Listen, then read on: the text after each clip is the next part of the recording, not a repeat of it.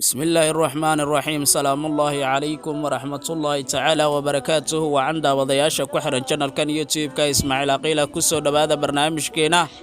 قصوين كوا الله بان إذن كسو قد بنا قصوين ديني إسلام مركانا وحبضنا يكفى إذا ياندا وضياشة كحرا channel كان نسلي هاي maanta qiso xiiso badan ayaan idin sidaa ka hor intaan barnaamijka guda galin fadlan walaal haddaad nagu cusubtahay channelka subscribe saar si ay dhiirigelin nagu noqoto sidoo kale like saar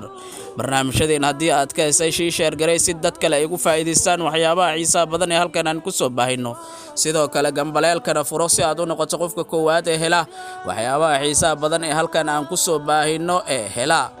qisadu maanta aan idin sida waxay noqonaysaa gabadh xikmad badan Umar bin Khadaab ilaahay ka raali noqday wuxuu fuulay memberka masaajidka wuxuuna go'aamiyay inaan meherka dumarka aan laga badan 400 oo dirham sababtoo ah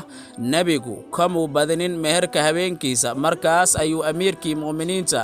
ka dagay memberkii markuu ka dagay memberkii aan iraade ayay gabar muslimad ah oo xigmad badan ayay tiri amiirkii muuminiinto ma waxaad go'aamisay inaad meherka laga badan 400 oo dirham Umar ha ayuu ku yiri waxayna tiri gabadhii sidee bay ku noqonaysaa sidaasi amiirkii muuminiinto miyaadan maqal aayada quraanka ee dhahaysa wa ataytum ihdahunna qintaran oo midkood aad siisaan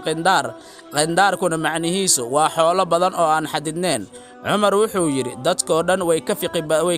fiqi wanaagsan yihiin Umar kadib memberkii ayuu fuulay isagoo faray dadkii inay bixiyaan waxa ay doonaan waxaan filayaa in xigmadaasi aad wax badan ka faa'iidi doontaan insha Allah ta'ala barnaamijkeena qisada maanta aan ku soo qaadanaysa intaas ayaan ku soo gabagabaynayaa Allah waxa halkan idin kaga soo jeediya anigoo Ismaaciil Aqila inta barnaamijkan midkiisa xiga aynu ku kulmi doono sida ay nabadiino nooli kulanti dambe oo xiiso badan